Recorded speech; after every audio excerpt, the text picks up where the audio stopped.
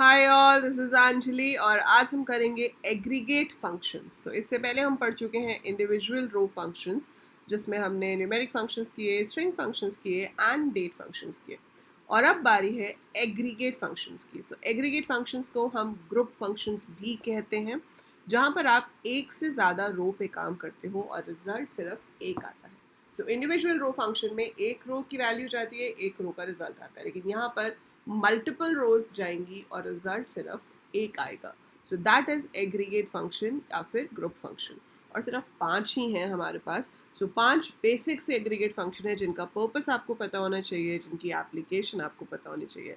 So we will be doing that today. So watch the video till the end to understand all of them properly. Since ये series NCERT को follow करते हुए बनाई जा रही है, तो हम यहाँ पर जो चैप्टर करने वाले हैं वो भी एनसीईआरटी के अकॉर्डिंगली ही कर रहे हैं। सो आपका पहला चैप्टर ही उसमें एसक्यूएल का है। That's why we have started with SQL first and moving further. अगर मैं आपको बुक से ही प्रॉपर बताऊं कि अब हम कहाँ पर पहुंचे हैं, so we have done these date functions, हमने एग्जाम्पल भी कर लिए हैं and now we are over here, that is aggregate functions, page number 12। So aggregate functions क्या होते हैं? जो मल्टीपल रोज पे काम करते हैं। So aggregate functions are also called multiple row functions. These functions work on a set of records as a whole and return a single value, जो चीज़ मैंने अभी आपको बताई, right? अब इसमें आपके पास जो values हैं वो numeric type की होनी चाहिए. So most of the functions work on the numeric type of value.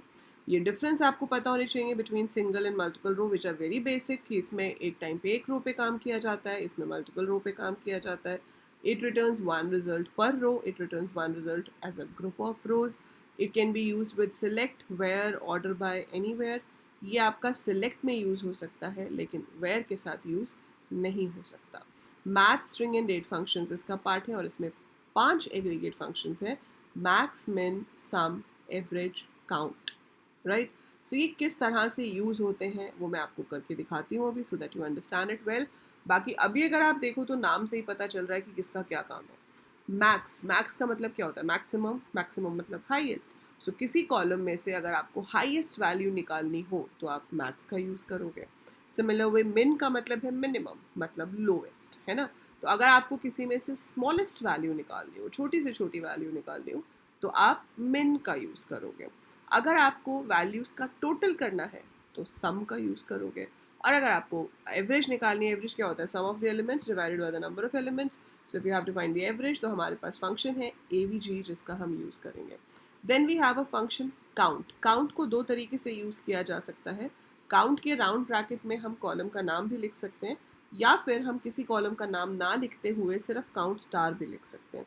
दोनों में क्या फ़र्क होता है वो भी मैं आपको एग्जाम्पल के साथ एक्सप्लेन करती हूँ. सो यहाँ पर इन्होंने एग्जाम्पल दिया हुआ, but I will show you with the example and then I'll explain you the example over here given. So बहुत ही सिंपल है पांचों एग्रीगेट फंक्शंस. तो हम यहाँ पे कोई सा भी डेटाबेस उठा लेते हैं. Let's say I have that database जिसमें हमने पहले भी काम किया है, स्कूल. और इसके अंदर मेरे पास एक टेबल है, सिलेक्ट स्टार फ्रॉम स्टूडेंट मैं करती हूँ to get the data from this. तो मेरे पास ये स्टूडेंट टेबल आ गया. अब इसके अंदर मैं देखना चाहती हूँ कि टोटल रिकॉर्ड्स कितने हैं. मुझे ये नहीं देखना कि नाम कितने हैं, मुझे ये नहीं देखना कि सेक्शन कितने हैं. आई वॉन्ट टू सी कि मेरे पास टोटल रिकॉर्ड्स कितने हैं. मतलब you want to see the cardinality of the table. So अगर आपको टेबल की कार्डिनैलिटी देखनी है, नंबर ऑफ रोज देखनी है उसमें, तो आप सिर्फ लिखोगे सिलेक्ट काउंट ब्रैकेट में star from student, press enter.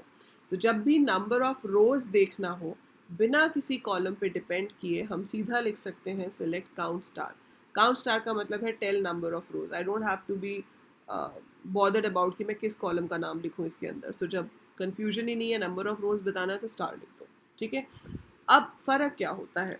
अगर आप यहाँ पर लिखते select count name from student, तो आप कहोगे कि अच्छा उसका नाम क्या है, स्टूडेंट की स्पेलिंग गलत हो गई, तो भी तो 10 ही आ रहा है ना. अगर मैं यहाँ पर नेम का काउंट करूँगी तो भी 10 आएगा, एडमिशन नंबर का काउंट करूँगी तो भी 10 आएगा, क्लास का काउंट करूँगी तो भी 10 आएगा. तो क्या फ़र्क पड़ा? फ़र्क तब पड़ेगा जब मैं यहाँ स्ट्रीम का या सेक्शन का काउंट कर लूँ.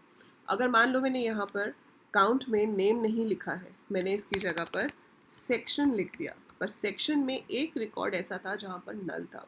अब आपने एंटर प्रेस किया तो ये आपको क्या दे रहा है? 9. ठीक है, क्यों? क्योंकि नल इज नॉट काउंटेड। सो आपके पांचों एग्रीगेट फंक्शंस में से किसी में भी नल वैल्यू कंसिडर नहीं की जाती है, चाहे हम मैक्स निकाल रहे हों, चाहे हम मिन निकाल रहे हों, चाहे सम कर रहे हो, वो नल को सिंपली इग्नोर कर देता है, इट इज़ नॉट कंसिडर्ड। ठीक है, बाकी मैक्स तो बिल्कुल नॉर्मल सा फंक्शन है, मैक्स मार्क्स करोगे तो आपके पास हाईएस्ट मार्क्स आ जाएंगे, अगर आप मिन मार्क्स करोगे तो आपके पास मिनिमम मार्क्स आ जाएंगे। आप इस पर कंडीशन भी लगा सकते हो, आपको मैक्सिमम मार्क्स सिर्फ क्लास 12th में से देखने हैं तो आप लगा सकते हो where class is equal to 12, तो ये मिनिमम मार्क्स आ गए सिर्फ क्लास 12th में से। सिर्फ क्लास 12th के मैक्सिमम मार्क्स देखने हैं तो मिन की जगह मैक्स हो जाएगा। ठीक है, आपको टोटल मार्क्स देखने हैं तो आप सम लगा सकते हो, और अगर आपको देखना है कि भाई स्कूल में एवरेज मार्क्स कितने आए हैं तो सम की जगह पर हम AVG लगा सकते हैं। अब सम और AVG ऐसी चीज़ें हैं जो न्यूमेरिक पे ही परफॉर्म होंगी।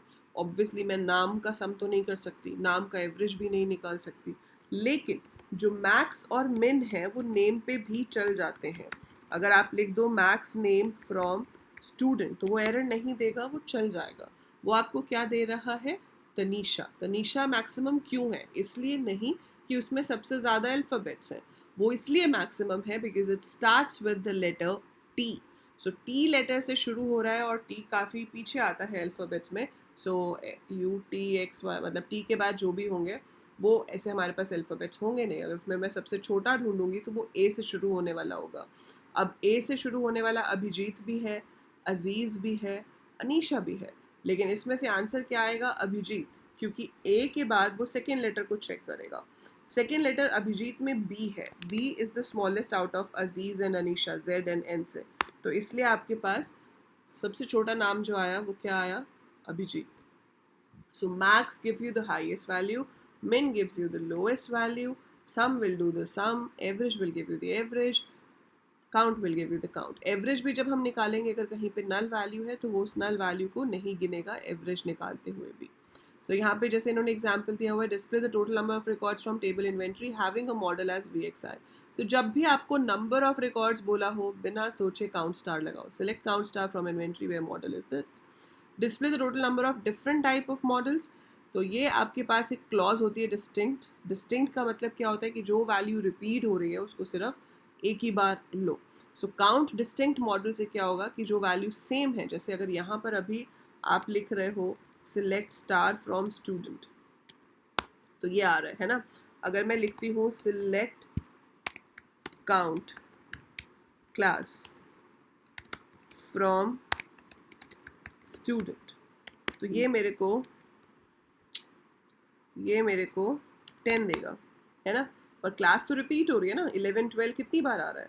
आप चाहते हो कि नहीं जो डिफरेंट वैल्यूज़ हैं सिर्फ वही काउंट हो, तो आप आगे डिस्टिंक्ट लिख सकते हो। सो डिस्टिंक्ट से क्लास की जो दो यूनिक वैल्यूज़ हैं 11 एंड 12 सिर्फ वो ही काउंट हुई। तो डिस्टिंक्ट का मतलब है रिपीटेड वैल्यू को कंसिडर नहीं करना है।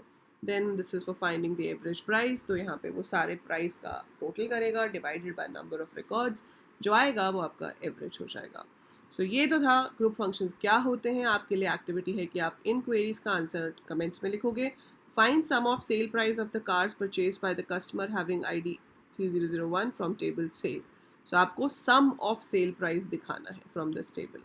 Then find the maximum and minimum commission from the sale table, तो सेल टेबल में से दिखाना है कि मैक्सिमम और मिनिमम कमीशन क्या है। So write down the queries in the comments and I will be answering कि भाई आपने सही किया है या नहीं किया है। सो देखते हैं कितने लोग सही आंसर लिखते हैं कमेंट्स में। So that is it for this video. जाने से पहले वीडियो को लाइक ज़रूर कीजिए अगर समझ आया है, शेयर कीजिए अपने फ्रेंड्स के साथ, जूनियर्स के साथ, with any one who wants to learn anything in computers, and subscribe the channel. भाई अगर मज़ा आ रहा है, सीख रहे हो, so it's absolutely free. Subscribe the channel and let's grow together. So that is it for this video. I'll see you in the next one.